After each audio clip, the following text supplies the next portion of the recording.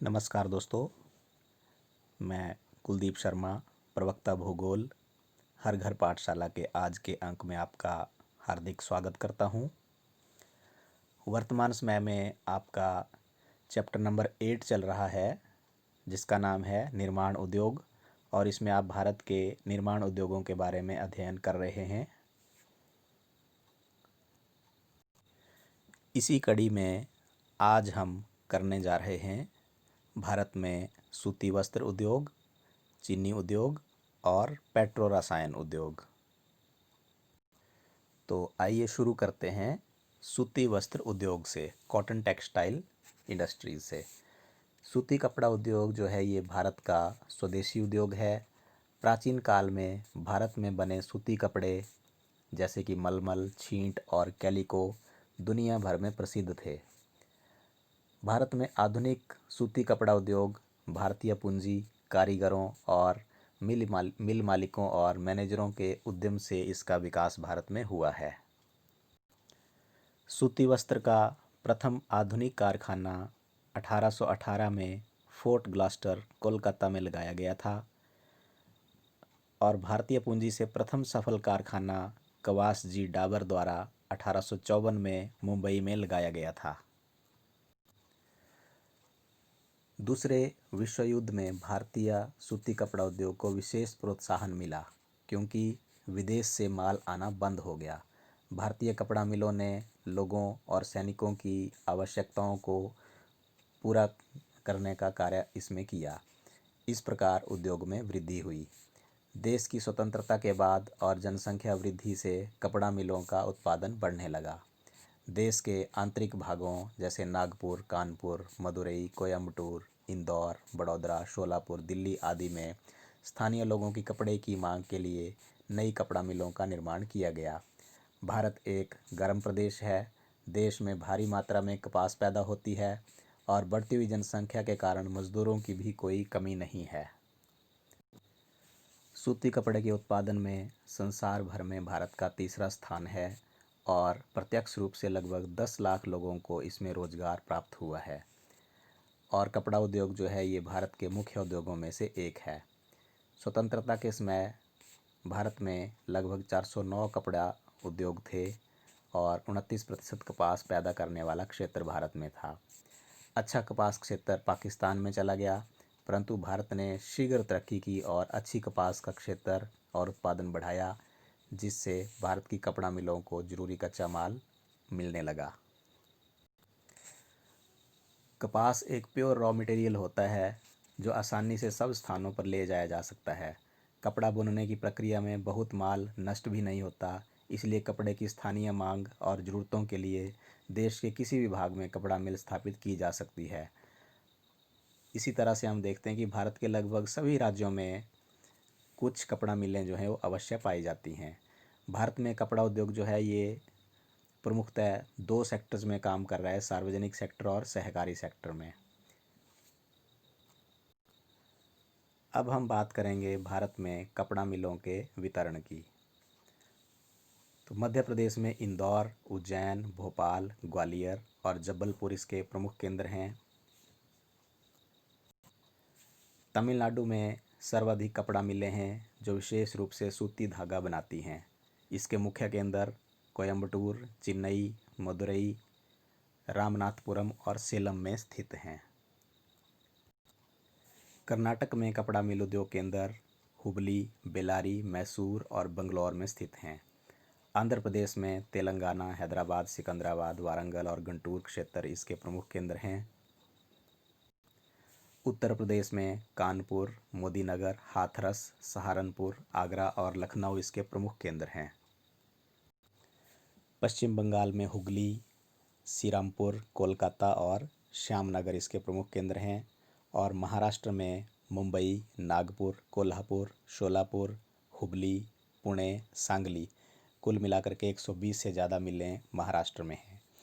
पंजाब में फगवाड़ा, अमृतसर, धारीवाल और अबोहर में इसके कारखाने हैं और जयपुर, कोटा और भीलवाड़ा राजस्थान में भी इसके कारखाने हैं और गुजरात में अहमदाबाद, राजकोट, सूरत, बड़ौदा, पोरबंदर में कुल मिलाकर 118 इसकी मिलें स्थापित की गई हैं।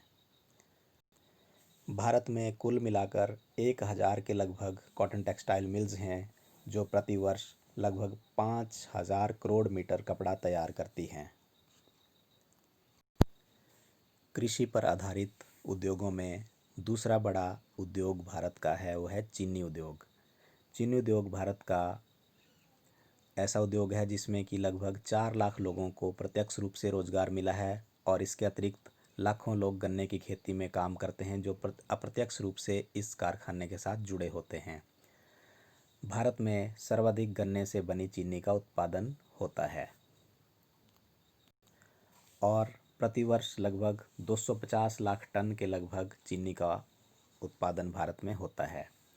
भारत में चीनी गन्ने से बनती है। गन्ना एक भारी वजन वाला कच्चा माल है जो चीनी उत्पादन क्रिया में बहुत कम वजन जिसका हो जाता है। 1 टन गन्ने से लगभग 9 से 11% चीनी बनती है।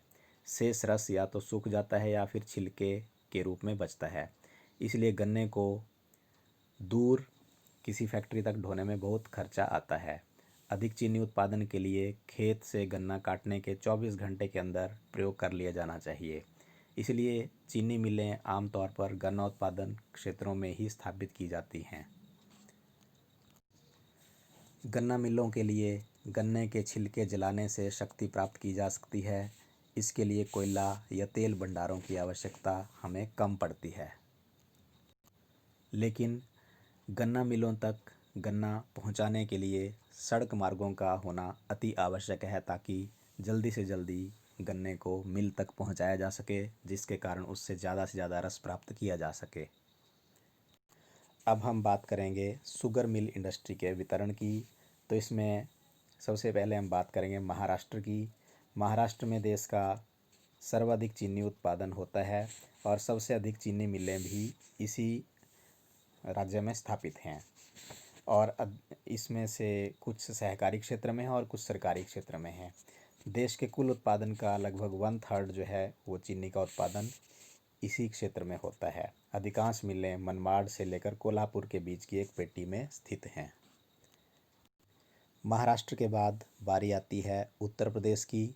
चीनी उद्योग में उत्तर प्रदेश का दूसरा स्थान है और उत्तर प्रदेश में लगभग 110 शुगर मिल इंडस्ट्रीज़ हैं जो कि प्रमुखतया गंगा यमुना दोआब के क्षेत्र में और तराई क्षेत्र में स्थित हैं, जिनमें कि प्रमुख इसके केंद्र हैं सहारनपुर, मेरठ, मुजफ्फरनगर, बागपत, बुलंदशहर, लखीमपुर, गोरखपुर इत्यादि। तमिलनाडु में कोयम्बटूर, वेल्लोर, विलुपुरम, तिरुचिरापल्ली में चीनी के लगभग 30 कारखाने स्थापित किए गए हैं। कर्नाटक में बेलगांव, बेलारी, शिमोगा, बीजापुर, चित्रदुर्ग जिलों में चीनी उत्पादन के कारखाने हैं। बिहार में चंपारण, मुजफ्फरपुर, दरभंगा जिलों में चीनी मिलें स्थापित की गई हैं और गुजरात में भावनगर, जूनागढ़, सूरत, राजकोट इत्यादि में चीनी के कारखाने हैं। पंजाब में लगभग 22 चीनी के कारखाने हैं जो कि गुरदासपुर, जलंधर, संगरूर, पटियाला, अमृतसर और फगवाड़ा में स्थापित हैं। हरियाणा में 10 चीनी मिलें हैं जो हिसार और करनाल तथा अंबाला जिलों में स्थित हैं। आधुनिक आधार पर अगर हम बात करें तो इस उद्योग का विकास 1903 में प्रारंभ हुआ जब बिहार में एक चीनी मिल की स्थापना की गई थी। इसके बाद बिहार और उत्तर प्रदेश के दूसरे भागों में चीनी मिलें खोली गई। स्वतंत्रता प्राप्ति के बाद लगभग 140 कारखाने प्रचलन में थे, जिनमें कि 11 लाख टन के लगभग चीनी का उत्पादन हो रहा था, जो कि अब बहुत ज़्यादा बढ़ चुका है। सन 2001 में चीनी मिलों की संख्या 506 और उत्पादन 17,699 लाख टन था। अब हम बात करेंगे पेट्रोकेमिकल इंडस्ट्रीज़ की या पेट्रो रसायन उद्योगों की। ये कच्चे पेट्रोलियम को साफ़ करते समय मिलने वाले पदार्थ हैं, इन्हें पेट्रो रसायन कहते हैं। इसलिए इस प्रकार के उद्योग तेल शोधक कारखानों के समीप स्थापित होते हैं। भारत में तेल शोधक कारखाने कांडला, हल्दिया, बरौनी, चेन्नई, कोचीन, मुंबई, विशाखापट्टनम आदि नगरों में हैं। क्रूड पेट्रोलियम से कई वस्तुएं प्राप्त होती हैं जो कच्चे माल के रूप में दूसरे उद्योगों में प्रयोग की जाती हैं। भारत में पेट्रोल शोधन के कार्य का विस्तार सन 1960 से बहुत तेज़ गति से होने लगा है। इसके साथ पेट्रो रसायन उद्योगों का भी विस्तार बड़ी तेज़ी से हो रहा है, क्योंकि उनके लिए कच्चा माल ऑयल रिफाइनरीज से उनको मिलता है। पेट्रो रसायन उद्योगों को 4 उपवर्गों में बांटा गया है: पॉलीमर्स, कृत्रिम रेशे, इलास्टोमर और पृष्ठ सक्रियक मध्यवर्ती।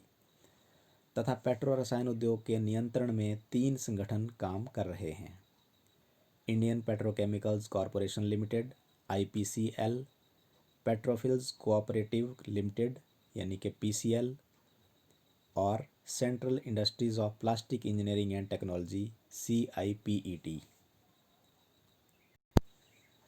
पॉलीमर्स का निर्माण एथिलीन और प्रोपिलीन से होता है। ये क्रूड ऑयल के शोधन कार्य में प्राप्त होते हैं। पॉलीमर्स को प्लास्टिक उद्योगों में कच्चे माल के रूप में प्रयोग किया जाता है। प्लास्टिक की चादरें, गोलियां, पाउडर के रूप में प्रयोग किया जाता है। इससे खिलौने, पाइप, गोलियां इत्यादि बनते हैं।